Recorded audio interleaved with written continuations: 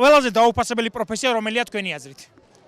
ჩემი აზრით დამლაგებელი, რადგან ანუ ყველაფერს ცდილობს რომ გააკეთოს და აალაგოს და არავინ არ უფასებს და მაინც ყრიან ნაგავს. მასწავლებელი. რატო? იმიტომ რომ ზოგი ბავშვი იძახის რომ მასწავლებელი არაფერში გვჭირდებაო და დედები მასწავლებელს ლანძღავენ ხოლმე. და თან დაბალი ხელფასი აქვს ორივეს, დამლაგებელსაც და მასწავლებელსაც. მე ნაგვეუბ რა. რატო? იმიტომ რომ ანუ ძალიან შრომატევადი საქმე არის. და მაგიტომ. თან ხელფასიც ძალიან ცოტა აქვს. ცხენიათ ხოლმე ვიღაცებს რა და ზემოდან უყურებენ. კი. არა და ძალიან კარგი ხალხი არიან რომ მაგაზე მუშაობენ არა?